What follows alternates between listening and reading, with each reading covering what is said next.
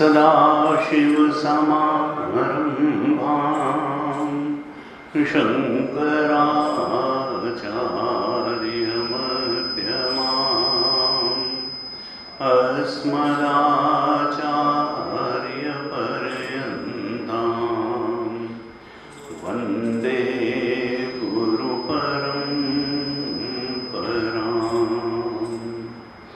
अज्ञानतिमिरान्धस्य ज्ञानाञ्जनशलाकया चक्षुरुन्मीलितं येन तस्मै श्री गुरवे नमः। तस्मै श्री गुरवे नमः। शांति मंत्र का पाठ करते हैं। हरि ओम। शन्नो मित्रः शं वरुणः शन्नो भवत्यर्यमा शं न इन्द्रो बृहस्पतिः शं नो विष्णुरुक्रमः। नमो ब्रह्मणे नमस्ते वायो त्वमेव प्रत्यक्षं ब्रह्मासि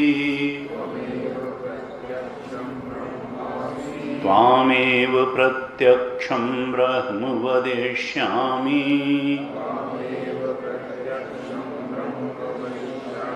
ऋतं वदिष्यामि सत्यं वदिष्यामि तन्माम् अवतु। तद्वक्तारम् अवतु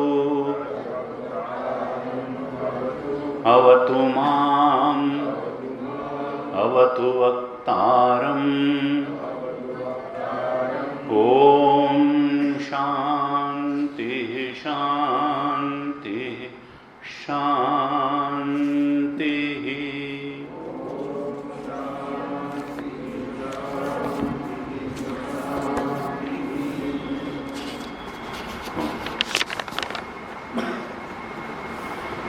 छठे और सातवें अनुवाद का पाठ करेंगे। षष्ठ अनुवाद का पहले पाठ करते हैं। आप दोहराइए। स एषोऽन्तर्हृदय आकाशः तस्मिन्नयं पुरुषो मनोमयः अमृतो हिरण्मयः अन्तरेण तालुके य एष स्तनैव अवलम्बते सा इन्द्रयोनिः यत्र असौ केशान्तः विवर्तते व्यपोह्य शीर्षकपाले भूरिति अग्नौ प्रतितिष्ठति भुवैति वायौ सुवैति आदित्ये महैति ब्रह्मणि आप्नोति स्वाराज्यम् आप्नोति मनसस्पतिम् वाक्पतिः चक्षुष्पतिः श्रोत्रपतिः विज्ञानपतिः एतत्ततो भवति आकाशशरीरं ब्रह्म सत्यात्म प्राणारामं मन आनंदम शांति समृद्धम् अमृतम् इति प्राचीन योग्य उपास्व। सप्तम अनुवाक का पाठ करेंगे। पृथिव्य अंतरिक्षम द्यौः दिशः अवान्तर्दिशाः अग्निर्वायुः आदित्यश्चन्द्रमा नक्षत्राणि आप ओषधयः वनस्पतयः आकाशात्मा इति अधिभूतम् अथ अध्यात्मम् प्राणो व्यानो अपान उदानः समानः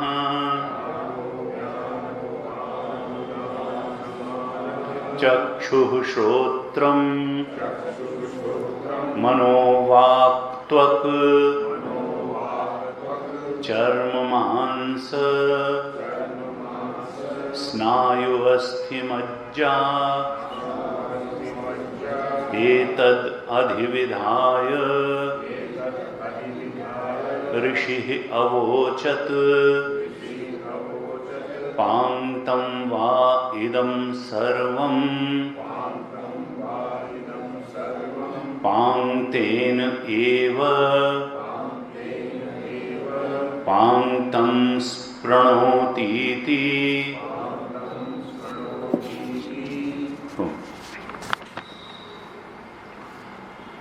कल हमने पिछली कक्षा में छठे अनुवाक का थोड़ा अर्थ देखा था। आज इसका अर्थ देखेंगे और थोड़ा सा भाष्य से भी। ये बड़ा महत्वपूर्ण अनुवाक है, छठा अनुवाक, और ये पांचवें अनुवाक का ही कंटिन्यूएशन है, जैसा हमने पहले भी चर्चा की। और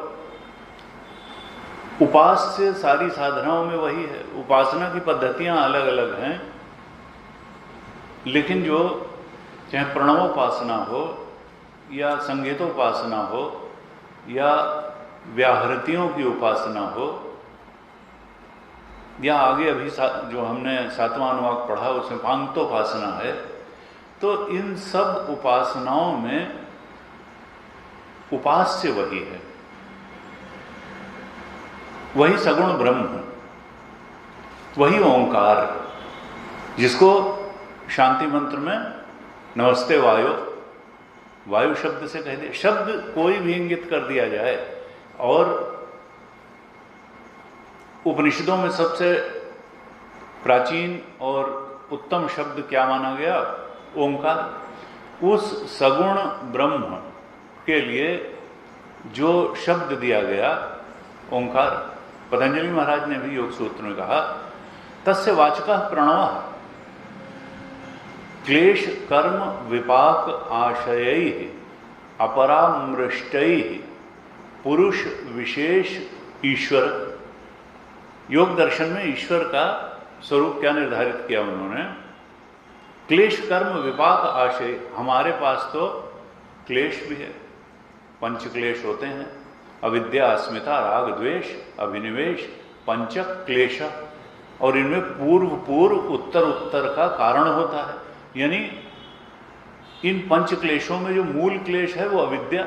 अविद्या किस चीज की अविद्या? आत्मा के सच्चे स्वरूप का अज्ञान, आत्मा के ब्रह्मत्व का अज्ञान, यही मूल अविद्या है।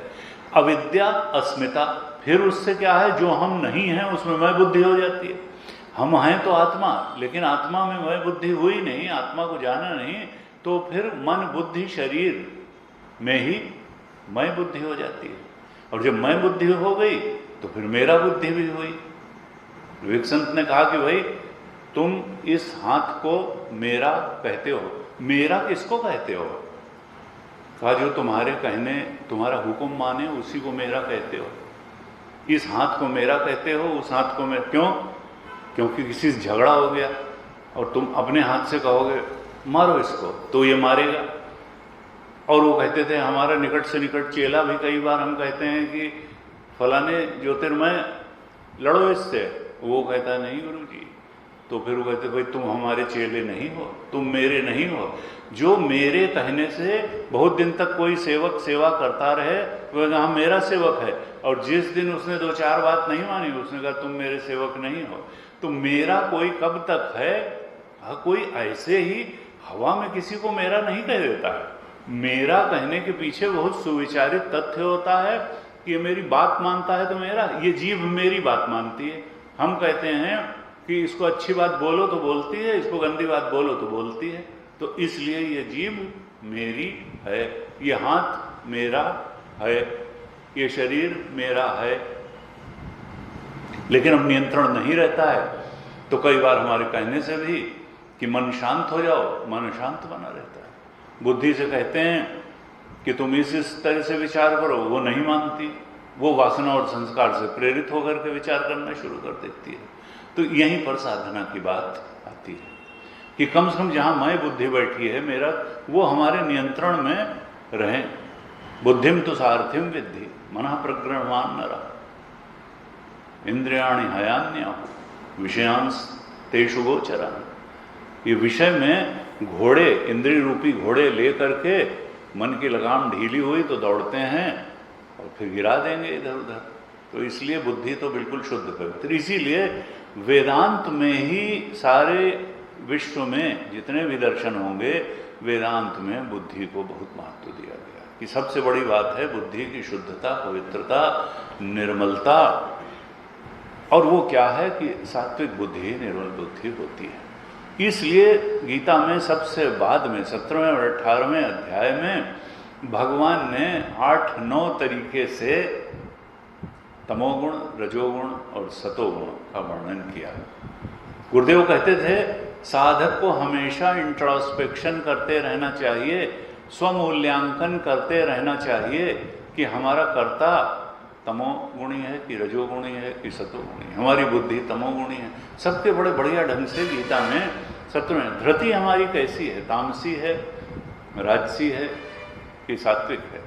जैसे जैसे ये सात्विकता बढ़ती चली जाएगी, मन अपने नियंत्रण में आता चला जाएगा, निर्मल पवित्र बनता चला जाएगा, और फिर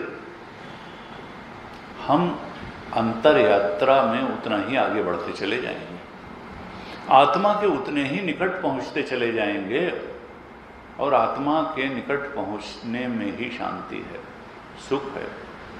बाहर जो है बाहर बहुत कुछ भी पाने पर उस सुख की अनुभूति, उस शांति की अनुभूति नहीं पाई जा सकती है जिसको जो शाश्वत हो, जो गहरी हो। इंद्रियां और मन अगर शांत होंगी तो आत्मज्ञान से ही होंगी। श्रुति ने कहा तज ज्ञानम यत् प्रशम करम इंद्रियाणाम, तज ज्ञानम यत् प्रशम करम इंद्रियाणाम। ज्ञान वही है जो इंद्रियों को शांत कर दे। तुलसीदास जी ने लिखा निज सुख बिन मन होए की थीरा, परस की होए विहीन समीरा। वायु अगर न हो तो स्पर्श की अनुभूति नहीं होगी। परस की होए विहीन समीरा और निज सुख बिन मन हो। जब तक आत्मानंद की, आत्मशांति की प्राप्ति नहीं होगी ये मन भटकता ही रहेगा। चाहे जितना एक्सटर्नल आउटर अचीवमेंट हो जाएगा ये मन शांत नहीं होगा। कहा तज ज्ञानम यत् प्रशम करम इंद्रियाणाम, ये तो श्रुति का वाक्य है। ज्ञान वही है जो इंद्रियों को शांत कर दे। और मन भी एक अंतर इंद्रिय है, अंतःकरण भी अंतर इंद्रिय है। जैसे जैसे उधर बढ़ेंगे मन सात्विक बनेगा, आत्मा की खुशबू आएगी, इंद्रियां मन सब शांत बनती चली जाएंगी।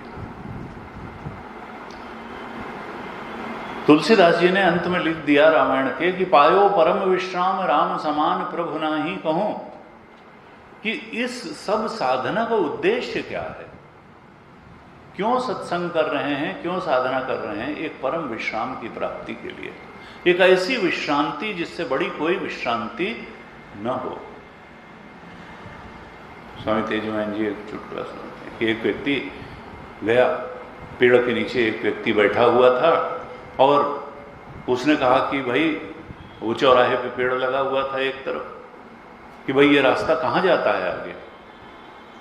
उसने कहा नहीं, रास्ता तो जहाँ है वहीं, तुम बताओ तुमको कहाँ जाना है। उसने हमको यहाँ जाना, तो तुम बताओ इस रास्ते से पहुँच जाएंगे। उसने कहा हमको नहीं मालूम, हम उस रास्ते पे कहीं गए ही नहीं। अच्छा तो इधर वाला कहाँ जाता है? उसने कहा हमको नहीं मालूम, हम तो यहीं बैठे हैं, हम तो गए नहीं। अच्छा तो इधर वाला कहाँ जाता है? एक से तो हम आ ही रहे हैं। उसने कहा हमें मालूम। तुम यहाँ बैठे हो, तुम यहाँ के रहने हो, तुमको मालूम ही नहीं कि कहाँ जाता है। उसने कहा हाँ, मुझे कहीं गया तो मैं नहीं हूँ, लेकिन at least I am not lost. मैं कम से कम भटका हुआ नहीं हूँ तुम्हारी तरह, मैं बैठा हुआ तो हूँ एक जगह। तुम तो अभी रास्ते और मंजिल की खोज में ही भटक रहे हो कि चलना किधर है, जाना कहाँ है, पाना क्या है। At least I am not lost. मैं कम से कम भटका हुआ नहीं हूँ तुम्हारी तरह, मैं स्थिर। तो वो स्थिरता पायो परम विश्राम कब आएगी? वो राम जी को अपने हृदय में पाने से आएगी। उस सगुण ब्रह्म का अपने हृदयाकाश में अनुभव करने से ही आएगी, जो हमने पिछली कक्षा में भी चर्चा की, जिसके लिए भगवान शंकराचार्य ने स्थान बता दिया कि वो साक्षात उपलब्ध होगा।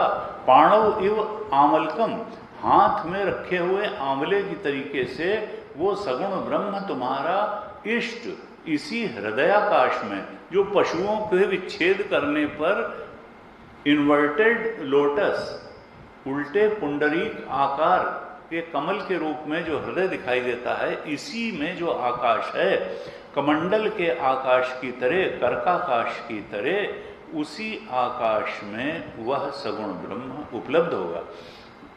हमने पिछली कक्षा में वहाँ से एक सुषुम्ना नाड़ी निकलती है और जो तालू का कोमल हिस्सा है उसके पीछे जो स्तन जैसा लटकता है, वहाँ से होती हुई, जहाँ से ये बाल नीचे ऊपर शीर्ष कपाले लिखा, जहाँ से केशांतः है विभाग होता है, वहाँ मूर्धा में, वहाँ तक सुषुम्ना नाड़ी जाती है।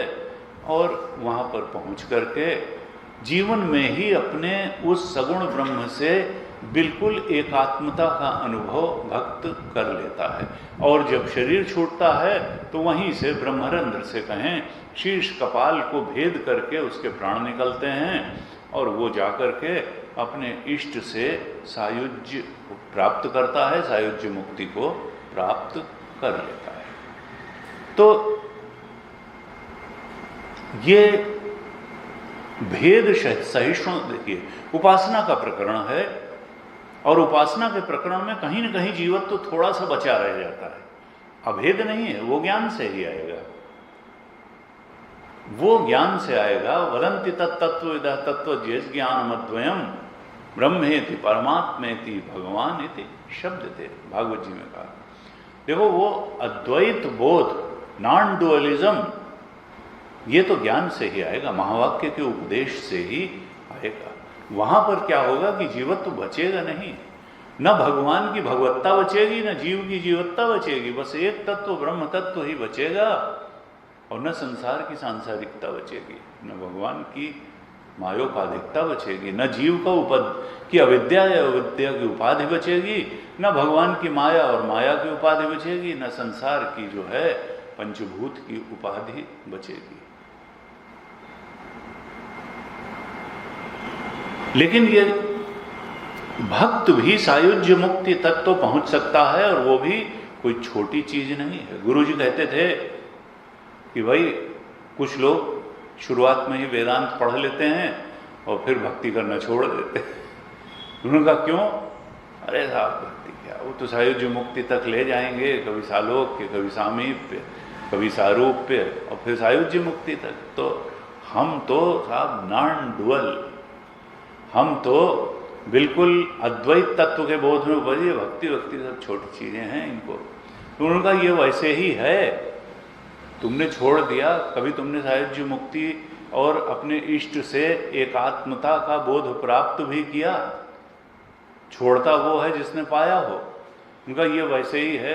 ब्रह्मचारी लोगों को बताते थे कि जैसे हमारे ब्रह्मचारी लोग कहें कि भाई हमने 2 अरब रुपए छोड़ दिए। उनका कब से छोड़े? उनका बचपन से, जब से पैदा हुए तभी। उनका हो तब तो छोड़ोगे, जब तुम्हारे पास थे ही नहीं तो तुम कल्पना करके बैठोगे हमने छोड़ दिए। छोड़ता वो है। तो पहले अगर तुम्हारे पास ये भक्ति से बढ़ते बढ़ते ये स्थिति अपने इष्ट से तादात्म्य करने की वो गहराई से हो, और उसके बाद तुम उसको छलांग लगा करके अद्वैत तत्व के बोध तक जाओ, तब तो कुछ बात समझ में आती है। लेकिन अगर है ही नहीं, अभी शुरुआती बात भी नहीं है, और तुमने अपनी कल्पना कर लिया, तो फिर इससे जो है तुम्हारा कुछ होगा नहीं। क्योंकि साधना जो है वो सीढ़ी सीढ़ी करते करते ही होती है, और इसमें कोई भेद भी नहीं है कि हम भक्ति पहले कर लेंगे तब हम वेदांत श्रवण करेंगे, या हम पहले चूंकि कर्मयोग कर रहे हैं इसलिए हम वेदांत श्रवण नहीं करेंगे, हम जो संन्यास लेंगे तभी नहीं। सब कुछ साथ साथ भी चल सकता है। वेदांत श्रवण से अंतःकरण भी शुद्ध होता है, और श्रवण से ज्ञान तो होता ही है, प्रेरणा भी मिलती है। तो यहां है क्या, बाधा क्या है? कहा बाधा तो हमारा अहंकार ही है। ये जो गलत जगह मैं बुद्धि करके हम बैठे हुए हैं, बाधा यही है। और शंकराचार्य जी कहते हैं मनोबुद्धि अहंकार चित्तानि नाहम, मैं न मन हूं, न बुद्धि हूं, न चित्त हूं, न अहंकार हूं। ये तो कर्म के कारण हमको ये भोग साधन मिल गया है। क्योंकि मन में अंत में जितनी भी परिस्थितियां होती हैं वो परिस्थिति तो बाहर ही रह जाती है, जो भोग होता है वो तो सुख या दुख का ही होता है। तो भोग साधन क्या है? सूक्ष्म शरीर, अंतःकरण, मन, बुद्धि, ये भोग साधन है। और ये स्थूल शरीर क्या है? भोग आयतन। इसमें बैठ करके जीव भोग करता है। ये घर है मानव जीव का, चेतन का, और वो भोग साधन है। भोग का साधन, सूक्ष्म शरीर अगर नहीं है तो सुख दुख का भोग नहीं होगा।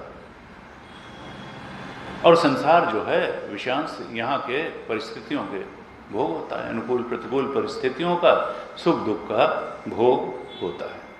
तो बाधा क्या है? कहा ये जो आईनेस है, रॉन्ग आइडेंटिफिकेशन ऑफ आईनेस, मैं की गलत धारणा, गलत बोध, यही जो है परेशानी का कारण है। तो परेशानी मिटेगी कैसे? कहा देखो, भक्ति तो तुम बहुत करते हो, फूल चढ़ाया, दीपक दिखाया, नैवेद्य चढ़ाया, जने क्या क्या भगवान को चढ़ाया, लेकिन खुद को नहीं चढ़ाया। जिस दिन तुम अपने आप को परमात्मा के चरणों में चढ़ा दोगे, उस दिन तुम खुद परमात्मा हो जाओगे। खुद को चढ़ाना है, खुद को चढ़ा दो अपने इष्ट के चरणों में, तो परमात्मा को पालोगे। और जब तक और बहुत सारी चीजें चढ़ाओगे और खुद को बचा के रखोगे, तब तक और चीजें मिल जाएंगी जिनके लिए पूजा की है, लेकिन परमात्मा नहीं मिलेगा। खुद को चढ़ाए बिना परमात्मा नहीं मिलता है। एक संत ने कहा शेर कि खुदी ही पर्दा है दीदार के लिए, खुदी ही पर्दा है दीदार के लिए, वरना कोई नकाब नहीं यार के लिए। खुदी ही पर्दा है दीदार के लिए। ये जो आईनेस है, फॉल्स आईनेस, ये जो मन बुद्धि में हमने मैं भाव कर लिया सूक्ष्म स्थूल शरीर में, ये मौ भाव, खुदी यही उस परमात्मा के दीदार में पर्दा बन गया। खुदी ही पर्दा है दीदार के लिए, वरना कोई नकाब नहीं यार के लिए। वो जो हमारा परम प्रीतम, परम प्रेमी परमात्मा बैठा हुआ है हमारी ही दृष्टा पक्षी बनकर के, और कोई बाधा नहीं। केवल हमारी ये रॉन्ग आइडेंटिफिकेशन जो है, आईनेस, यही बाधा है। इसी के लिए सारी साधना है, इसी के लिए सारा प्रयास है। भगवान शंकराचार्य ने कहा कि देखो मनोबुद्धि, तुम ये जो मन बुद्धि चित्त अहंकार में मैं बुद्धि करके बैठे हो, ये अगर हटा करके एक अखंड सर्वव्यापक चेतन में मैं बुद्धि कर लो, तो फिर वो तो है ही है, वही स्वरूप है तुम्हारा। और जब कहते हैं मनोबुद्धि चित्त अहंकार चित्तानि नाहम, मैं न मन हूं, न बुद्धि हूं, न चित्त हूं, न अहंकार हूं, तो कोई ये भी समझ सकता है इसका मतलब मैं नहीं हूं, मैं शून्य हूं। कहा नहीं, ये नहीं है। तुम तो हो, लेकिन तुम ये नहीं हो। तुम हो, यू आर, लेकिन तुम मन बुद्धि चित्त अहंकार नहीं हो, लेकिन तुम हो। तुम ये सीमाएं जो बांध लिया तुमने चेतन में, ये सीमाओं को हटा दोगे, ससीम को हटा दो, तो तुम असीम हो। असीम हो तुम ससीम नहीं हो। जैसे ही तुमने मनोबुद्धि अहंकार चित्तानि कहा अपने आप को, तो तुमने अहम को सीमित कर लिया। इसको हटाते ही तुम नहीं जाओगे कहीं, इनसे रॉन्ग आइडेंटिफिकेशन, तुम तो रहोगे, तुम तो अजर और अमर हो, अमृत पुत्र हो। तुम न पैदा हुए न तुम मरोगे, ये आत्मा के रूप में न तुम्हारा कभी जन्म हुआ न मरण होगा। तुम शाश्वत सत्ता हो, तुम सत्य हो, त्रिकालेति तिष्ठति हो, तुम प्योर कॉन्शियसनेस हो, तुम आनंद स्वरूप। ये रॉन्ग आइडेंटिफिकेशन होते ही फिर तुम दुख पैदा करने में समर्थ हो जाते हो, जन्मने मरने में समर्थ होते हो, और तुमको अज्ञान भी सताता है। सीमित जब नहीं बचेगा तो कौन बचेगा? कहा तब तो असीम बचेगा। वही असीम ब्रह्म, आत्मा का ब्रह्मत्व ही तुम्हारा स्वरूप है। कल हमने चर्चा की थी छठे अनुवाक में श्रुति माता कृपा करके कहती हैं कि देखो ये कोई कॉन्सेप्ट नहीं है, ये भावना मात्र ही नहीं है कि ऐसा वो हमारा इष्ट है जो संपूर्ण प्रपंच की उपाधि वाला चेतन है। हम एक ये फिजिकल बॉडी की उपाधि वाले चेतन है, एक सटल बॉडी की उपाधि वाले चेतन है, एक कारण शरीर या अव्यक्त अविद्या की उपाधि वाले चेतन हैं। और वो क्या है? वो समष्टि प्रपंच की उपाधि वाला चेतन है। सहस्र शीर्षा पुरुषा सहस्राक्ष सहस्रपाद, वो अव्यक्त की उपाधि से भी उपहित है। अव्यक्त का अर्थ है प्रकृति, माया। वो अव्यक्त की उपाधि से भी उपहित है, वो समष्टि सूक्ष्म की उपाधि से भी उपहित है, और वो समष्टि स्थूल की उपाधि से भी उपहित है। हमने पहले भी समष्टि अव्यक्त की उपाधि से उपहित होता है तो उसी ब्रह्म का नाम, शुद्ध चेतन का नाम ईश्वर हो जाता है।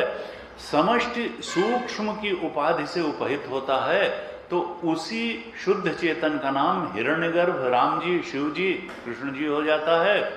साकार नहीं, निराकार रूप में, सगुण निराकार, मायोपाधिक भी हुआ और शुद्ध चेतन तो है। और जब इस समष्टि स्थूल उपाधि से उपहित होता है तब उसी का नाम विराट हो जाता है। तो तीनों स्तरों पर इंडिविजुअल में भी वो बातें हैं और टोटल में भी वो बातें हैं। समष्टि में भी चेतन भी है, अव्यक्त भी है, सूक्ष्म भी है और स्थूल भी है, और व्यष्टि स्तर पर भी चेतन भी है, अव्यक्त है, अविद्या या वासना संस्कार, और सूक्ष्म भी है और स्थूल भी है। असल में ये इंडिविजुअलिटी और टोटलिटी दोनों मिथ्या हैं। यही तो महावाक्य कहता है। ये जो उपाधि है ये मिथ्या है, चाहे इंडिविजुअल की हो या टोटल की हो, चाहे समष्टि की उपाधि हो या व्यष्टि की उपाधि हो। ये रॉन्ग, ये हमारी मिथ्या दृष्टि के कारण है, ये अज्ञान के कारण ही दिखाई देती है। भगवान हमेशा अपने ब्रह्मत्व में प्रतिष्ठित रहते हैं। जब वो कृष्ण राम के रूप में आते हैं तब भी वो जानते हैं कि सब खेल ही है। इसीलिए भगवान हमारे, उसको कहा जाता है वो रोए, वो धोए, वो ऐसा हुआ वैसा हुआ। और भगवान के लिए क्या कहा जाता है? कृष्ण लीला, राम लीला, क्योंकि वो सब करते हुए भी बिल्कुल जैसे कुली में अमिताभ बच्चन एक्टिंग करें या बादशाह की एक्टिंग करें, ना वो कुली हुए ना वो बादशाह हुआ, ऐसे कृष्ण जी न उन्होंने कुछ किया, न वो कुछ हुए, न वो कुछ बने। वो तो भक्तों को अपने स्मरण दिलाने के लिए, लीला करने के लिए उनकी लीला है, और हमारा वास्तविक कर्म है, हमारी लीला नहीं है। हमारी भी अगर लीला हो जाए तो फिर क्या कहने, लेकिन हम तो सत्य मान करके, इन्वॉल्व हो करके करते हैं। कहते हैं ज्ञानी में और भगवान में कोई अंतर नहीं होता। ज्ञानी भी लीला करता है, इसी को कहते हैं बाधित वृत्ति से व्यवहार करना। हमने जीवन मुक्तानंद लहरी जब पढ़ाई थी तो इस पर थोड़ा विस्तार से चर्चा हुई थी कि ज्ञानी का व्यवहार फिर कैसा होता है। जब उसने जान लिया कि ये शरीर भी मैं नहीं हूँ, ये बुद्धि भी नहीं, मैं नहीं हूँ, ये मन भी मैं नहीं हूँ, अहंकार भी मैं नहीं हूँ, संसार भी बस दिखाई दे रहा है। क्योंकि वेदांत में सत्य की परिभाषा ये नहीं है कि जो सुख दुख देने में समर्थ है वो सत्य है, जो अनुभव में आ रहा है वो सत्य है, और जिसके साथ व्यवहार हो रहा है वो सत्य है। वेदांत कहता है त्रिकालेति तिष्ठति इति सत्यम, जो तीनों कालों में रहे सत्य वही है। तो ये शरीर क्या तीनों कालों में रहता है? 50, 60, 70 साल पहले नहीं था, वो आगे नहीं रहेगा। ये मन बुद्धि भी वैसे नहीं रह जाते हैं, ये संसार भी वैसा नहीं रहे, ये तीनों कालों में एक जैसा नहीं है। तीनों कालों में जो न रहे वो सत्य नहीं है। अब तीनों कालों में तो केवल हमारी चेतना ही ऐसी है जो रहती है।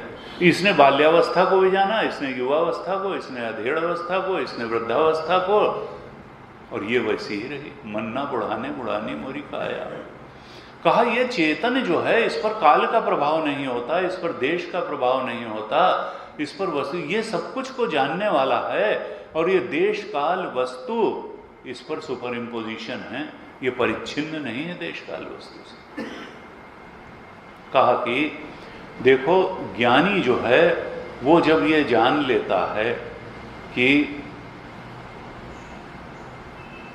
ये तीनों कालों में रहने वाली केवल एक ही चीज है, वो है आत्मा, और आत्मा ही ब्रह्म है, तो क्या वो ज्ञात्वा देवम हर्ष शोको जहाति, श्रुति ने कहा उस परमात्मा को जान लेने से हर्ष और शोक के पार चला जाता है। तो एक संत ने, अखंडा जी महाराज कहते थे कि क्या वो पत्थर हो जाता है? वो जानेगा नहीं कि कौन शत्रु है और कौन मित्र है? क्या उसको मालूम नहीं पड़ेगा कि कौन अनुकूल व्यवहार कर रहा है, कौन प्रतिकूल व्यवहार कर रहा है? कहा नहीं, सब जानेगा, सब जानेगा, ज़्यादा जानेगा, लेकिन जान करके ना हर्षित होगा ना परेशान होगा, क्योंकि वो जानता है कि ये हो रहा है, इसमें सत्यता वत्यता कुछ नहीं है, सत्यता कुछ नहीं है। बाधित वृत्ति से व्यवहार क्या है? मिथ्यात्वेन निश्चय करके व्यवहार। ज्ञानी ने आत्मा के अलावा जो कुछ भी अनात्मा है उसका मिथ्यात्वेन निश्चय उसका हो चुका है, ये मिथ्या है, ये अनुभव में आ रहा है, इसके साथ व्यवहार भी हो रहा है, लेकिन यहाँ असलियत कुछ नहीं है।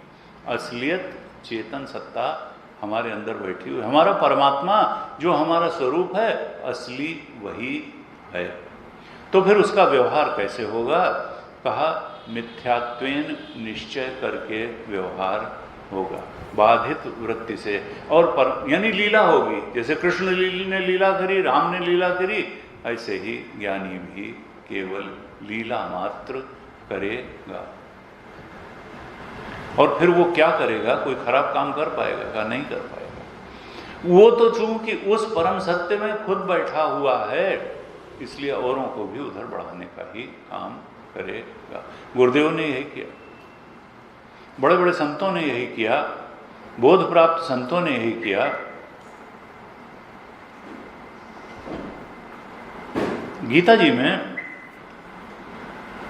जहां पर 3 प्रकार के ज्ञान बताए, वहां सात्विक ज्ञान, राजसिक ज्ञान और तामसिक ज्ञान तीनों को बताया।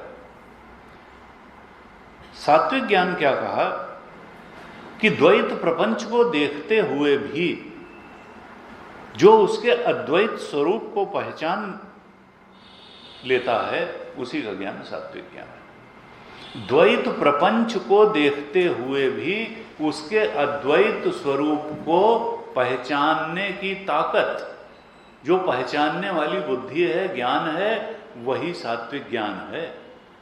ऊपर से अनेकता दिखाई दे रही है, लेकिन अधिष्ठान में एकता है।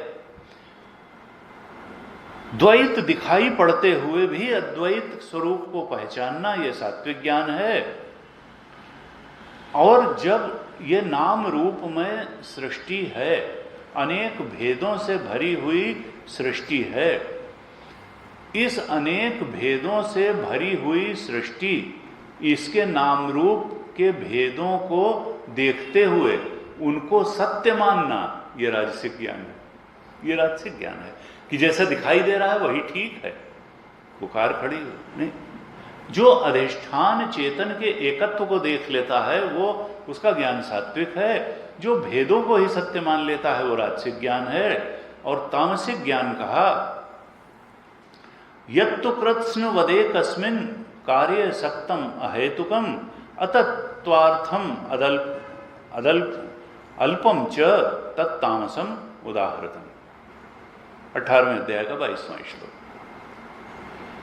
कहा जो एक छोटी सी चीज को ही बहुत बड़ी चीज मान करके, नहीं, गुरुजी कहते थे, लोग आते हैं हमारी तो भाई पत्नी है, बच्चे हैं, एक नौकरी, हमारे लिए तो यही संसार है। कुछ लोग तो शरीर को ही अपने संसार मान लेते हैं।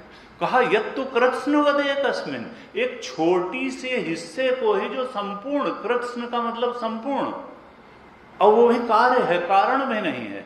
यत्तु कृत्स्न वत् एकस्मिन् कार्य सक्तम, जो एक छोटे से काम को ही संपूर्ण मान करके उसी में आसक्त हो जाता है। और अहेतुकम, वो उसमें कोई तर्क विचार भी नहीं करता है कि हमारा मानना ठीक है। अहेतुकम, बिना विचारे ही उसमें आसक्त हो जाता है। कहा अतत्वार्थम, उसमें कोई तत्व की बात भी नहीं है। अल्पम च, बहुत छोटी बात है। कहा तत्तामसम उदय, ये ज्ञान तामस ज्ञान है।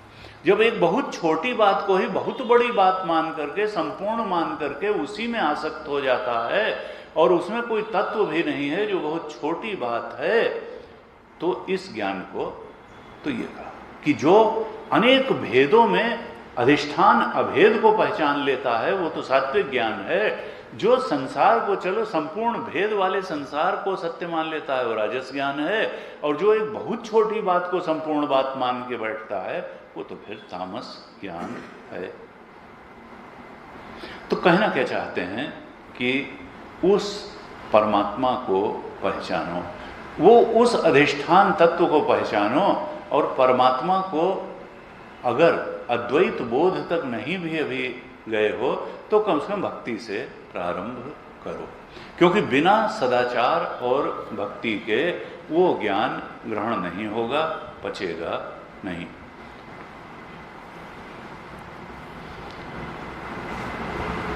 थोड़ा भाष्य का पाठ कर लें। 5वें 6ठम अनुवाक के भाष्य का थोड़ा पाठ करते हैं, फिर चर्चा करते हैं।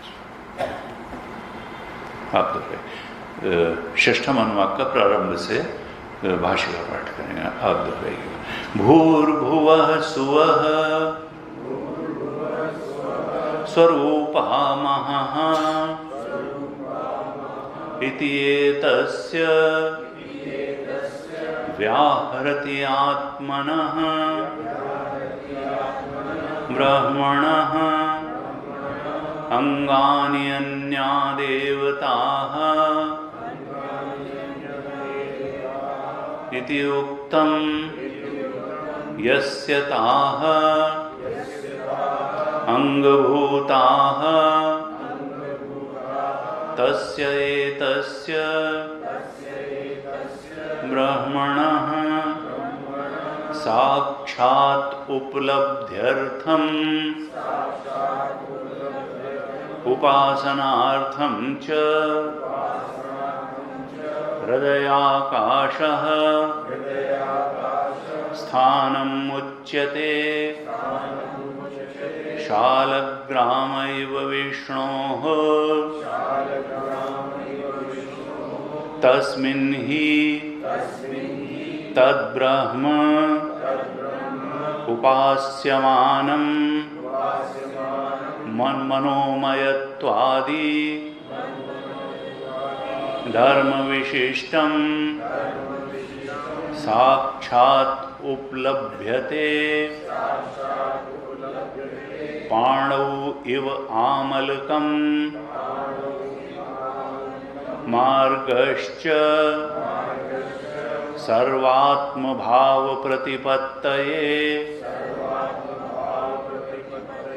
वक्तव्यः इति अनुवाकः आरभ्यते।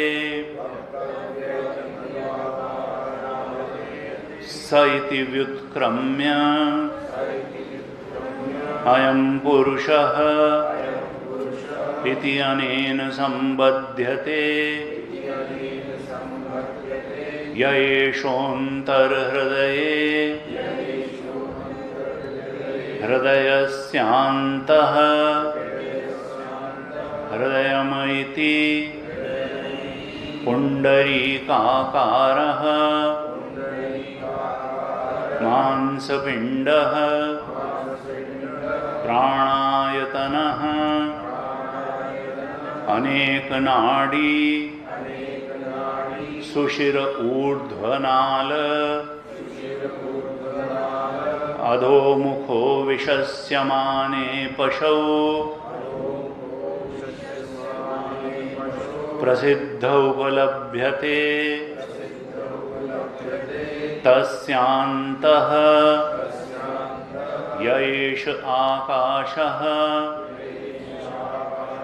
प्रसिद्ध एव कर्काकाशवत् तस्मिन् सोऽयं पुरुषः पुरीशयनात् पूर्णावा भूरादयः लोका येनेति पुरुषो मनोमयः मनोविज्ञानं मनुते ज्ञानकर्मणः तन्मयः तदुपलभ्यत्वात्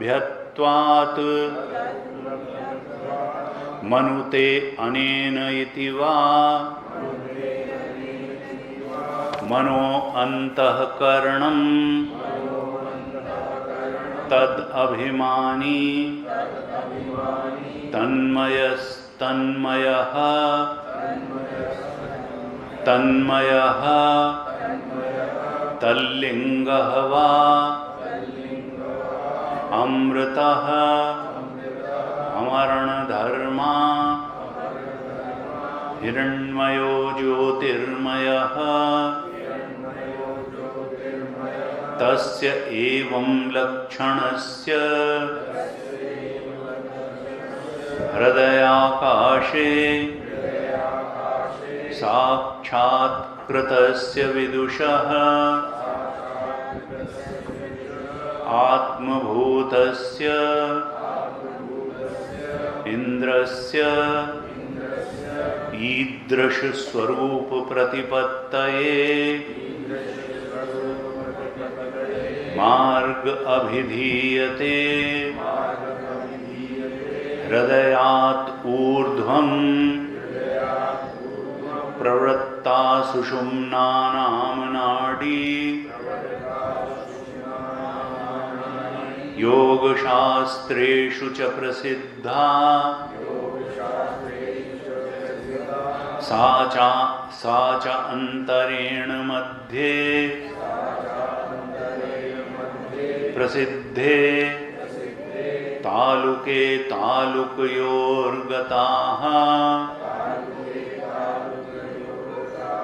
यश्चैष तालुकयोः मध्ये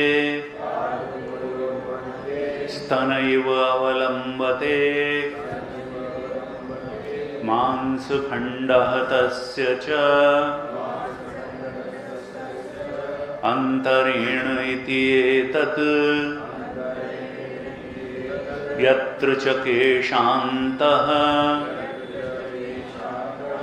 केशानाम् अन्तः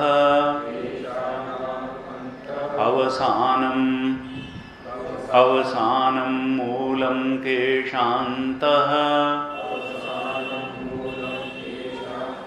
विवर्तते विभागेन वर्तते मूर्धप्रदेश इत्यर्थः तं देशं प्राप्य तत्र विनिःसृता व्यपोह्य विभज्य विदार्य शीर्षकपाले शिरः कपाले विनिर्गतायासा इन्द्रयोनिः इन्द्रस्य ब्राह्मणो योनिर्मार्गः स्वरूप प्रतिपत्तिद्वारम् इत्यर्थः तया एवं विद्वान् मनोमयात्मदर्शी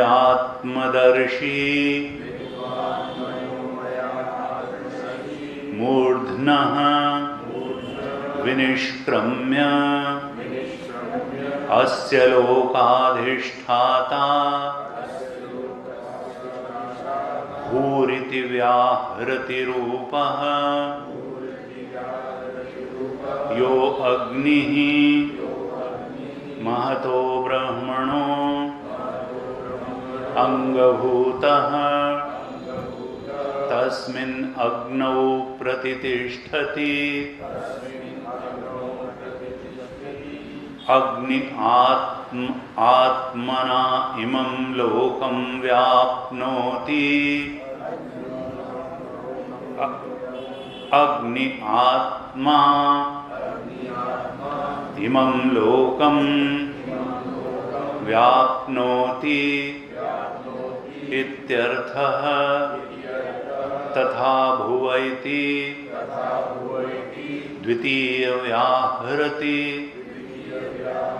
आत्मनि वायौ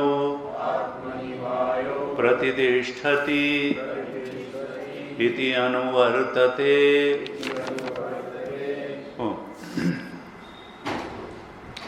यहाँ हमने कल भी थोड़ा सा इस पर चर्चा करी थी कि भू भुव स्व स्वरूपा महा इति एतस्य व्याहृति आत्मना ब्रह्मण अंगानि अन्या देवता इति उक्तम्। ये जो उपासक है उसको अंग और अंगी के संबंध से ही ब्रह्म की उपासना करनी चाहिए, ऐसा बता रहे हैं। 5वें अनुवाक में व्याहृतियों को 4 प्रकार से बताया था। लोकों को व्याहृतियां बताया, भू, भुव, सुव, महा। फिर ज्योतियों को बताया जिसमें महास्थानी चंद्रमा था। फिर वेदों की दृष्टि से व्याहृतियों को बताया जिसमें ब्रह्म को महास्थानी बताया। और फिर प्राण की दृष्टि से भी व्याहृतियों को बताया और उसमें कहा अन्न को महास्थानी बताया था। तो अंगी और अंग, ये जो व्याहृतियां हैं ये तो अंग रूप हैं, और महा जो चतुर्थी व्याहृति जिसको महाचमस ऋषि ने जाना था उसको कहा ये अंगी है। तो इस देह में हम अंगी बन करके बैठे हुए हैं और ये हमारे अंग हैं, मन, बुद्धि, इंद्रियां, हाथ, पैर, ये सब हमारे अंग हैं। स्थूल शरीर के अंग हैं, सूक्ष्म शरीर के 17 अवयव हैं। और हम कौन हैं? हम अंगी हैं। और समष्टि में भी एक अंगी है। हम इसमें जीव चेतन बन करके, अंगी बन करके बैठे हैं और वो हमारा ब्रह्म चेतन, इष्ट चेतन, परमात्म चेतन इस समष्टि में अंगी बन करके बैठा हुआ है। तो हम उस परम चेतन की, ये जीव चेतन, उस ब्रह्म चेतन, उस सगुण ब्रह्म चेतन की उस अंगी की उपासना कर रहा है। ये ससीम उस असीम की उपासना कर रहा है। अंग अंगी संबंध से ब्रह्म की, और हम भी देखा जाए तो उसके अंग ही हैं। ये जो जीव चेतन है ये ईश चेतन से कुछ अलग नहीं है। उसका ईश्वर अंश जीव अविनाशी चेतन अमल सहज सुख राशि। मय वांशो जीव लोके जीव भूतः सनातना, गीता में भी कहा कि अंशी संबंध है, अंगी संबंध है। तो ऐसे ब्रह्म की उपासना करनी चाहिए। और इसके लिए स्थान बताया हृदयाकाश। जैसे शालिग्राम में विष्णु की उपासना करनी है, ऐसे ही इस हृदयाकाश में उस अपने इष्ट की उपासना करनी है। और इस उपासना का फल क्या होगा? कहा सर्वात्म भाव प्रतिपत्ति, सर्वात्म भाव की प्राप्ति हो जाएगी। क्योंकि हम तो केवल एक शरीर से तादात्म्य किए हुए हैं, लेकिन हमारा जो इष्ट है वो सब कुछ समष्टि से तादात्म्य करके बैठा हुआ है।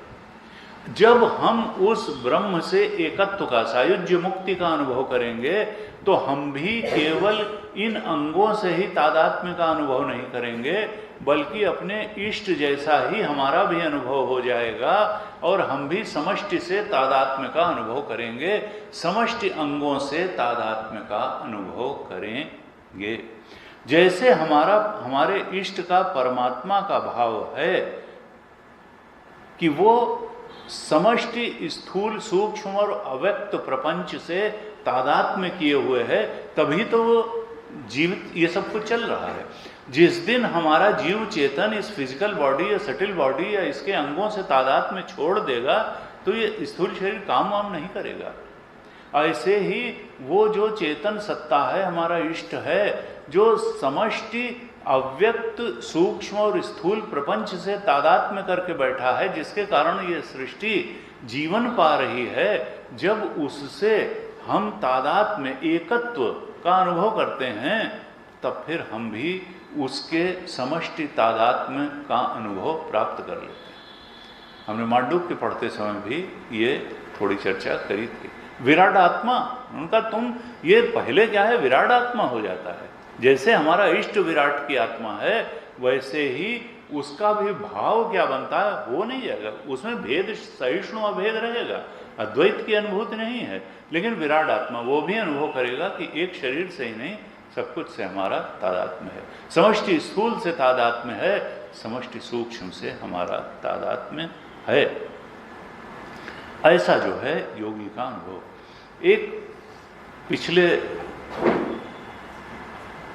जो अनुवाद के भाष्य में लिखा था, एक रस विद्धम पारद रस विद्धम इव, ऐसे भाष्य में भगवान शंकराचार्य से ने लिखा था। ये चौथे अनुवाद के भाष्य में लिखा था कि किस प्रकार से जीव, ये जो भक्त जीव है वो अपने इष्ट से एकत्व का अनुभव करता है। तो कहा था रस विद्धम इव लोहम त्वत्मयम त्वत् आत्मानम कुरु इत्यर्थ। अपने को अपने इष्ट से किस प्रकार से एकत्व का अनुभव करता है। हमने जो महाभारत का श्लोक कोट किया था, ज्ञानम उत्पद्यते पुंसाम क्षयात् पापस्य कर्मणा, जिसमें शीशे को साफ कर दिया जाए तो चेहरा, उसके ठीक ऊपर ये पंक्ति है, रस विद्धम इव लोहम। जैसे कहते हैं कि पारद का जैसे शिवलिंग होता है, पारे में क्या क्वालिटी होती है कि वो चांदी और लोहे को अपने में समा लेती है और बिल्कुल एक रूप हो जाती है। वो थोड़ा सा अलगाव में रहता है, लेकिन वो खट से ऐसी, गुरु जी कहते थे कि भाई पारद शिवलिंग की बड़ी संभाल करके उपासना करनी चाहिए। एक सज्जन कर रहे थे तो उनकी चांदी की अंगूठी थी, वो उस पारद शिवलिंग में वो एकदम से समा गई, चली गई। तो पारा जो है वो लोहे की चीज हो या चांदी की चीज, उसको बिल्कुल अपने अंदर ले करके और समाहित कर लेता। ऐसे ही भेद सहिष्णु अभेद जब जीव का अपने इष्ट चेतन ब्रह्म के साथ होता है, सगुण ब्रह्म से होता है, तो अलगाव होते हुए भी अलगाव नहीं रह जाता है, और तब इस प्रकार की भावना होती है। यहां कहा था यश एशोन्तर हृदय आकाश, थोड़ा सा श्रुति ही देख लेते हैं पहले। ये जो हृदय के अंदर आकाश है, तस्मिन् अयं पुरुषो मनोमय, उसमें ही यह सगुण ब्रह्म व्याहरत आत्मा जो है ये बैठा हुआ है। ये कैसा है? अमृत है, अविनाशी है, ये हिरण्मय है, ये चेतन है, ज्योतिर्मय है। और ये तालू के पीछे जो एक कोमल सी चीज लटकती हुई है, स्तनी, वहां से ये हृदय से उठती हुई जो नाड़ी है, सुषुम्ना नाड़ी, ये होती हुई उस तालू से जाती है और फिर मूर्धा में ब्रह्मरंध्र पर जा करके संबद्ध होती है। और व्यपोह शीर्ष कपाले, मरण के समय साधक वहीं से प्राण छोड़ता है और जाकर के इष्ट में सायुज्य मुक्ति को प्राप्त करता है। वो सायुज्य मुक्ति कैसी है? कहा भूह इति अग्नो प्रतिष्ठति। वो फिर वहां से जा करके क्या स्वरूप उसका होता है? कहा वो भूह इति अग्नो, अग्नि का रूप लेकर के। देखिए ये पांचवें का ही कंटिन्यूएशन है। पांचवें में आपने देखा था कि सबसे पहले लोकों के संदर्भ में और ज्योतियों के संदर्भ में व्याहृतियां बताई थी। लोकों में भू भुव स्व महा बताया था, और फिर यहाँ पर अग्नि, वायु, आदित्य और चंद्रमा बताया था, ज्योति पिंड बताई थी। तो कहा कि वो क्या करता है कि अग्नि का रूप धारण करके, यानी प्रकट अग्नि नहीं, प्रकट अग्नि तो सब जगह जो है होती नहीं है, जो समान अग्नि है, जो इसमें भी है इसमें भी है, सब जगह है। तो जो समष्टि अग्नि का रूप लेकर के कहाँ भूह में व्याप्त हो जाता है, भू नामक व्याहृति में अग्नि का रूप लेकर के व्याप्त हो जाता है। फिर वायु का रूप लेकर के वो बीच के लोकों में भुवः में व्याप्त हो जाता है, भू इति वायु। फिर क्या कहते हैं? सुव इति आदित्य, वो आदित्य में व्याप्त हो जाता है सुवह में व्याप्त हो जाता है आदित्य का रूप लेकर के, अग्नि का रूप लेकर के भुवह में व्याप्त हो गया, वायु का रूप लेकर के वो बीच के लोकों में अंतरिक्ष में व्याप्त हो गया, भुवह में व्याप्त हो गया, और फिर सुवह में आदित्य का रूप लेकर के ब्रह्मलोक में या इष्ट के लोक में आदित्य का रूप लेकर के व्याप्त हो गया, और फिर कहा कि मह इति ब्रह्मणि, ब्रह्म भाव को प्राप्त करके वो महा चतुर्थी व्याहृति में व्याप्त हो गया, ब्रह्म स्वरूप को भी प्राप्त हो गया, सगुण ब्रह्म रूप को प्राप्त हो गया। कहा आपनोति स्वराज्यम, ऐसा जो वो योगी है उसकी अब स्थिति क्या हुई कि वो अब किसी दूसरे का गुलाम नहीं रह जाता है, खुद के राज्य का अधिपति हो गया। आपनोति स्वराज्यम, अब कोई और उसका राजा, कोई और उसका नियंता, कोई और उसका शासक प्रशासक नहीं रह गया, वो खुद के राज्य का अधिपति हो जाता है। आपनोति स्वराज्यम। फिर और क्या फलश्रुति बता रहे हैं, आपनोति मनसस्पतिम, वो अपने मन का भी स्वामित्व पा जाता है। आपनोति मनसस्पतिम, अपने मन का स्वामी हो जाता है, स्वामित्व पा लेता है। वाक्पति, वो वाणी का भी स्वामी हो जाता है, उसके कहे में वाणी चलती है, वाणी का भी पति हो जाता है। चक्षुष्पति, नेत्रों का भी स्वामी हो जाता है। श्रोत्रपति, वो अपने कर्णों का, श्रोत्र का भी स्वामी हो जाता है।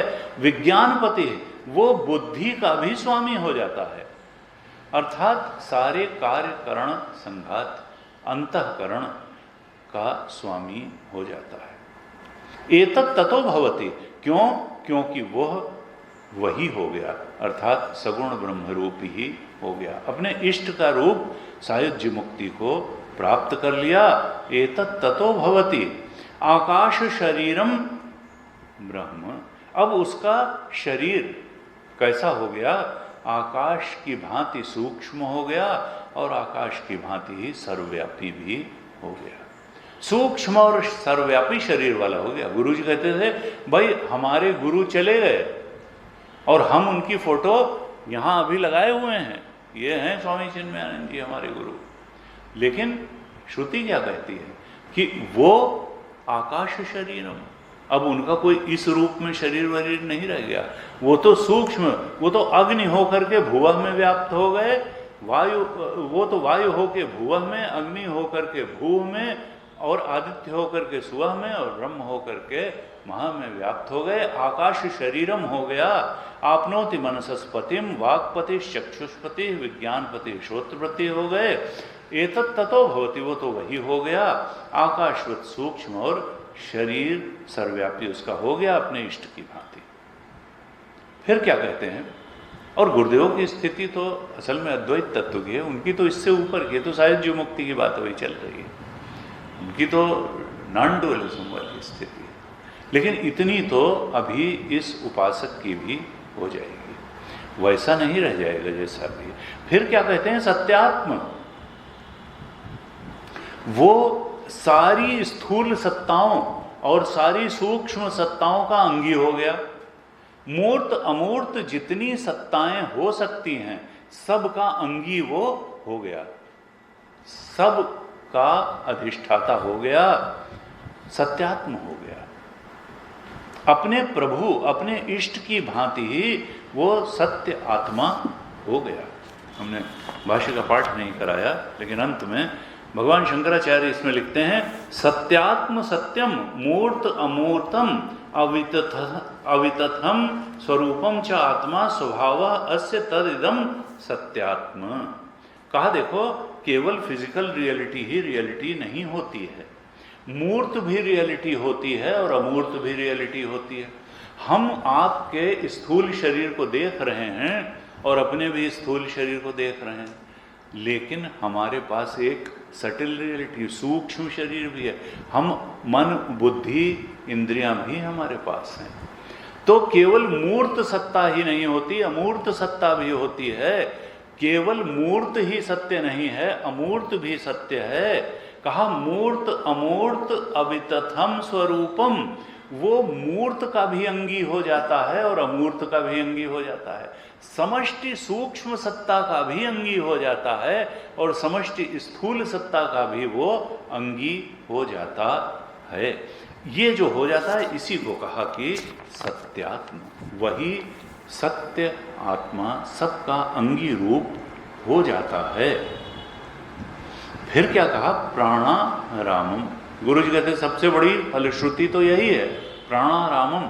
प्राण का मतलब यहाँ केवल सांस नहीं है या सूक्ष्म शरीर में जो व्यान प्राण अपान समान उदान व्यान ही नहीं है। प्राण का मतलब यहाँ पर इंद्रियां मन बुद्धि, क्योंकि सब प्राण की शक्ति से ही चालित होते हैं। इंद्रियां भी चालित होती हैं, बहिर्करण भी, अंतःकरण भी, और मन भी, बुद्धि भी। तो उस सब को यहाँ लेना है प्राणारामम। यानी क्या हुआ कि सारे करण शांत हो गए, मन भी शांत हो गया प्राणाराम, बुद्धि भी शांत हो गई, इंद्रियां भी शांत हो गई, चित्त उसका शांत है। ये कैसे होगा? शुद्ध सत्व समता विज्ञाना कृत प्रभाव प्रसन्न मन जाना। सतयुग के लिए वर्णन करते समय तुलसीदास जी कहते हैं ऐसा प्राणारामम कब हो सकता है? जब सतोगुण की पराकाष्ठा हो जाए, जीवन सात्विक बन जाए, मन सात्विक बन जाए, बुद्धि सात्विक बन जाए। शुद्ध सत्व समता विज्ञाना, क्योंकि शुद्ध सात्विक बुद्धि ही हर चीज को बिल्कुल ठीक तरह से समझने में समर्थ होती है। तो शुद्ध सत्व समता विज्ञाना, और वो भेदभाव भी नहीं करती है। शुद्ध सत्व समता विज्ञाना, हर चीज के ज्ञान में समर्थ होती है सात्विक बुद्धि। और ये कब होगी? जब अंदर सतयुग आ जाएगा। बाहर भले कलयुग रहे जो रहे, जब अंदर सतयुग आएगा, कृत प्रभाव, सतयुग के प्रभाव से प्रसन्न, विषय निरपेक्ष सुख, विषय निरपेक्ष शांति, विषय निरपेक्ष आनंद का बोध उस सात्विक महापुरुष को होता है। कहा प्राणारामम, वो अपने प्रभु की भांति ही प्राणों में ही रमण करता है। अंदर ही उसका रमण हो गया, आत्म रमण हो गया, बल्कि प्रभु रमण हो गया। अब वो अपने इष्ट के में ही रमण करने में आनंद पाता है। तुलसीदास जी ने कहा कि देखो, कहीं किसी की शरण में जाओगे, चाहे जो खा पी आओगे, चाहे जो घूम आओगे, वो बात नहीं मिलेगी जो परमात्मा के चरणों में मिलेगी। सुखी मीन जे नीर अगाधा, जिम हरि शरण न एको बाधा। वही मछलियां सुखी हो जाएंगी जो अगाध नीर में होती हैं, उनको न खाने का वो है, न पोखर के सूखने का डर है। न सुखी मीन जे नीर अगाधा, जिम हरि शरण। अपने परमात्मा की शरण, हरि की शरण में जाने पर जो विश्रांति मिलती है, जो शांति मिलती है, जो सुख, जो निश्चिंतता मिलती है, भयहीनता की स्थिति मिलती है, वो और कहीं नहीं। कहा प्राणारामम, वो प्राणाराम हो गया। और क्या कहा? कहा मन आनंदम, उसका मन आनंद स्वरूप हो गया, विषय निरपेक्ष आनंद की उसको प्राप्ति होती है, मन आनंदम। और फिर कहा शांति समृद्धम अमृतम, शांति समृद्धम, उसको शांति की प्राप्ति होती है। शांति समृद्धम, भाष्यकार ने भाष्य लिखा तो कहा शांति समृद्धम शांति उपशमः शांतिश्च तत्समृद्धम च शांति समृद्धम। शांति उपशमः यानी क्या होता है?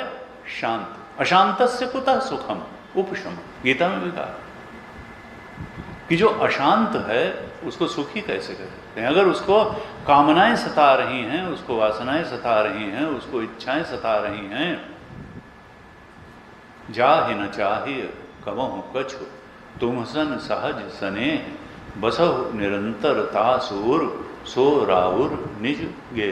14 स्थान जब वाल्मीकि जी ने बताया भगवान को रहने के लिए, तो अंत में यही बताया कि जाहि न चाहिए कवहु। कामनाओं से आक्रांत व्यक्ति को सुखी नहीं कहा जा सकता, शांत नहीं कहा जा सकता। वो तो एक पूरी होगी 10 खड़ी होंगी। कहा जा ही न चाहिए कबो कुछ, जिसको कुछ चाहिए ही नहीं तुम्हारे अलावा और तुम मिल गए तो अब क्या है, बात ही खत्म। जा ही न चाहिए कबो कुछ तुम सन सहज सने, इसलिए नहीं कि हमको ये चाहिए तो परमात्मा तुम्हारी पूजा कर रहे हैं, ये नहीं, सहज स्नेह है, सहज। और कहा सहज स्नेह विवश रघुराई, जो सहज स्नेह करता है उसके सामने भगवान विवश हो जाते हैं।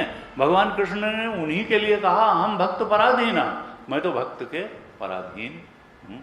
क्यों? सहज स्नेह विवश रघुराई, जा ही न चाहिए कबहु कछ तुम सन सहज स्नेह बसहु निरंतर तासुर। वहां छोड़ के मत जाना, बाकी ये तो आना जाना होता है, कहा वहां तो निरंतर रहो। सो और निज गे, अपने घर से कोई नहीं जाता, दूसरे के घर में कुछ कुछ दिन रह करके आ जाया जाता है। बसहु निरंतर तासुर। सो यहां पर कहा शांति उपशमा, उसका मन शांत है। और शांत मन कौन है? देखिए सोते मन को शांत नहीं कर सकते, पूर्ण जागृत है, पूर्ण जागृत है और पूर्ण सात्विक है और पूर्ण तृप्त है, ऐसे मन को ही शांत मन कह सकते हैं।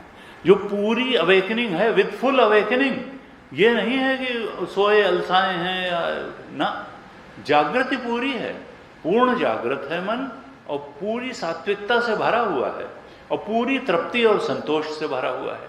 जब ये स्थिति मन की हो तब उसी को शांत मन कहेंगे।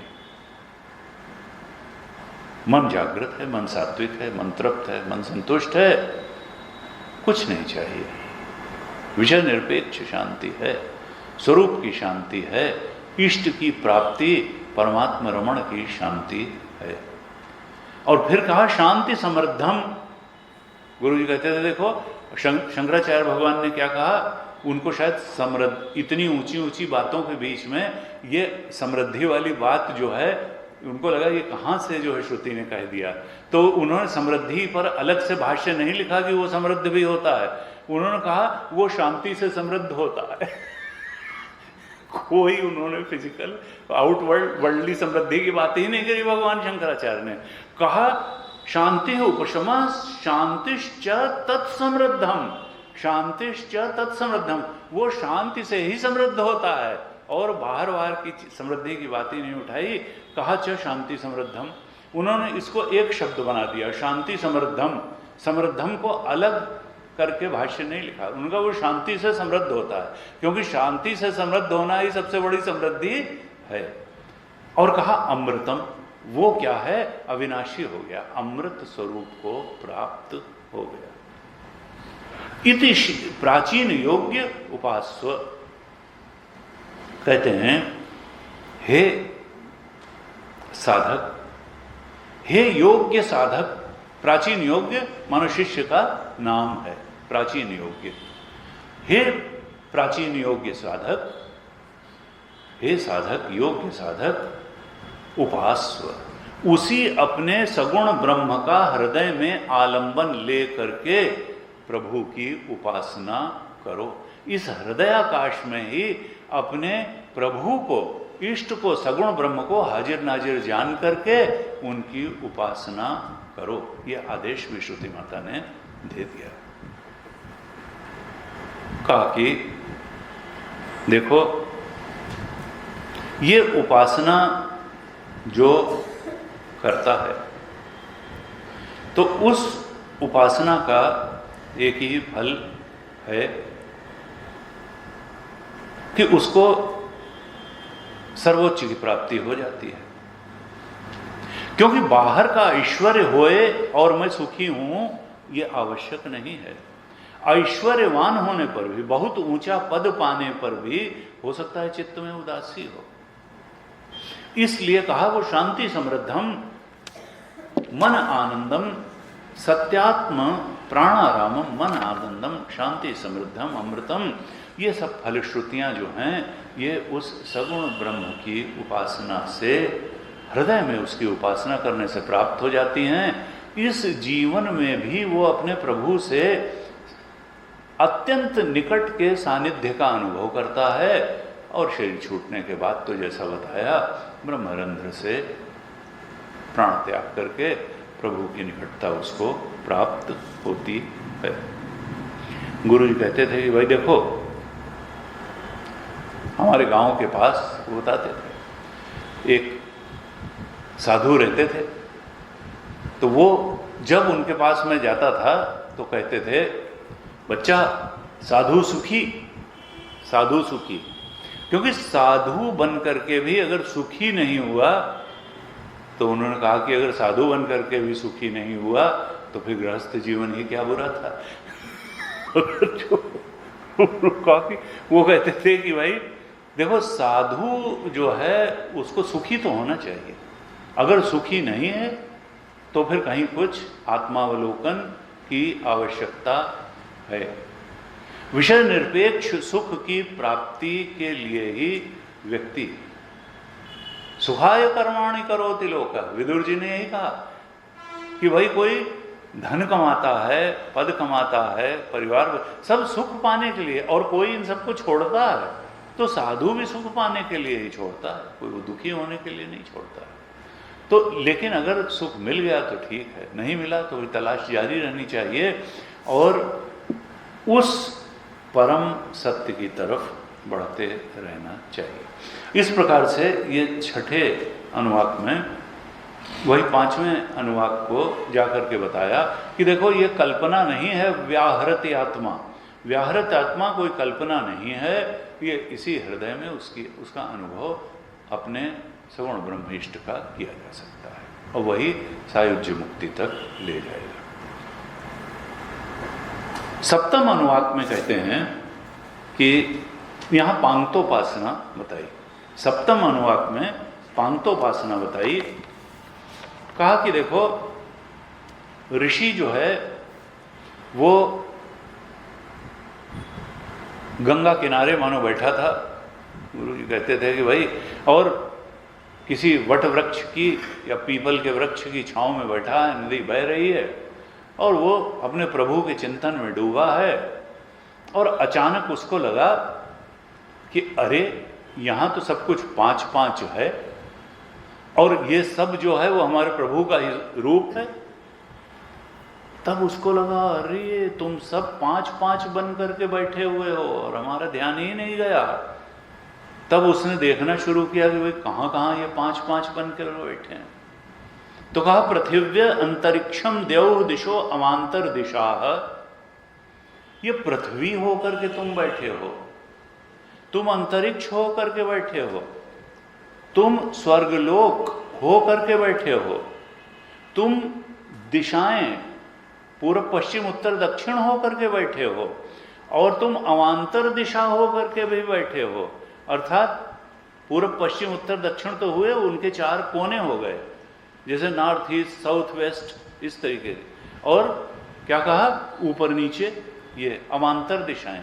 तुम ही दिशाएं हो करके बैठे हो, तुम ही अवांतर दिशा हो करके बैठे हो, तुम ही पृथ्वी हो करके बैठे हो, तुम ही अंतरिक्ष हो करके बैठे हो, और तुम ही द्यौः या स्वर्ग हो करके भी बैठे हो। इसको कहा तुम पांच पांच तरीके से लोक पांक्त, तुम लोक बन करके बैठे हो, लोक लोकांतर बन करके पांच बन करके बैठे हो, ये पांच हो गए। फिर कहा कि देखो तुम देवता बन करके भी बैठे हो, लोक बन करके भी तुम ही बैठे हो मेरे प्रभु, और देवता बन करके भी पांच देवता बन करके बैठे हो। कौन कौन से? कहा अग्नि वायु आदित्य चंद्रमा नक्षत्राणि, अग्निदेव बन करके बैठे हो, वायु पवन देव बन करके बैठे हो, आदित्य सूर्य देव बन करके बैठे हो, चंद्र देव बन करके बैठे हो, और नक्षत्र बन करके भी तुम ही बैठे हो। देवपांक्त, लोकपांक्त हो करके भी बैठे हो, देवपांक्त हो करके भी बैठे हो। और फिर कहा कि देखो ये पंचभूत के पसारे में भी तुम ही भूतपांक्त हो करके भी तुम ही बैठे हो, आपह जल हो करके तुम बैठे हो, औषधया तुम ही पौधे और झाड़ियां बन करके बैठे हो, वनस्पतया पेड़ बन करके भी तुम ही बैठे हो, और आकाश आकाश बन करके भी तुम ही बैठे हो। ये आत्मा अर्थात विराट आत्मा, ये समष्टि स्थूल प्रपंच हो करके तुम ही बैठे हो।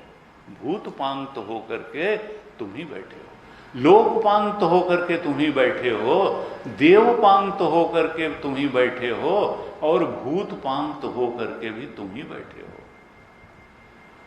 कहा इति अधिभूतम, ये तो अधिभूत की बात हुई, बाहर की बात हुई, ये तो एक्सटर्नल वर्ल्ड की बात हुई।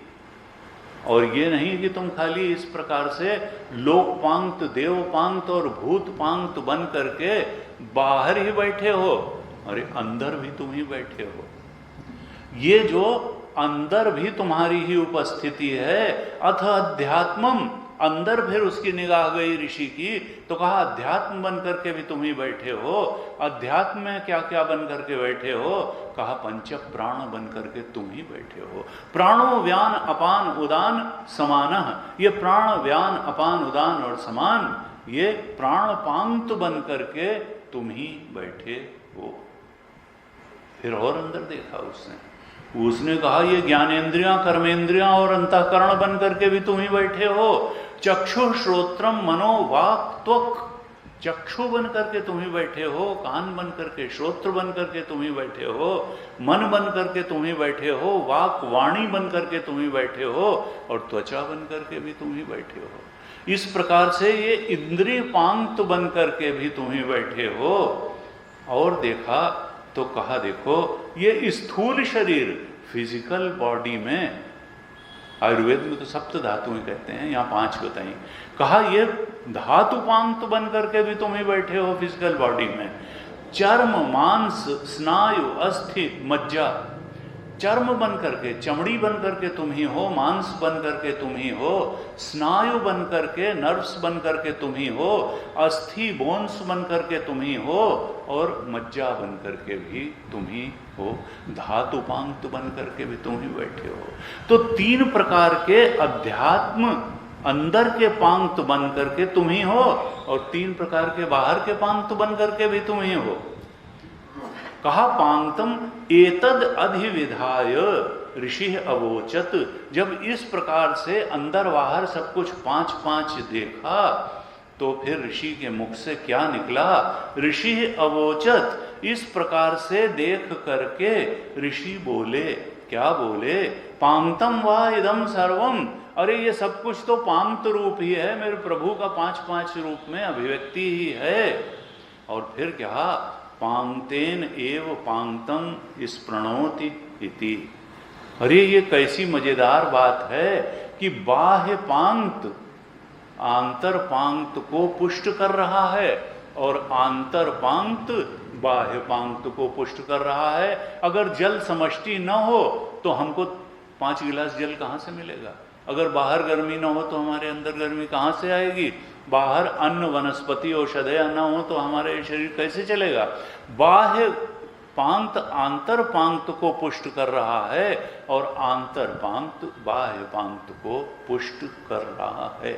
इस प्रकार से कहा, देखिए ये दृष्टि और भावना ही उपासना हो जाती है कि जो साधक पांतोपासना करेगा वो इस प्रकार की दृष्टि करते हुए समस्त सूक्ष्म स्थूल प्रपंच में अपने प्रभु का ही विस्तार देख लेगा, और उससे जब एकात्म भाव को प्राप्त करेगा तो वो भी इस संपूर्ण स्थूल और सूक्ष्म समष्टि से तादात्म्य एकत्व का अनुभव कर लेगा।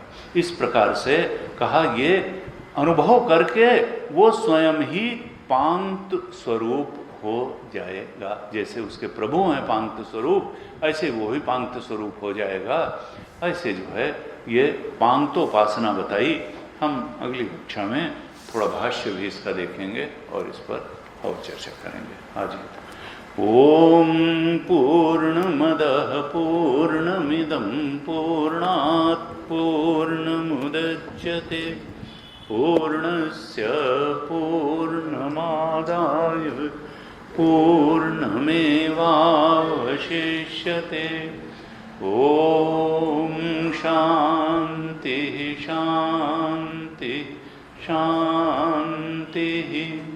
हरि ओम श्री गुरुभ्यो नमः। हरि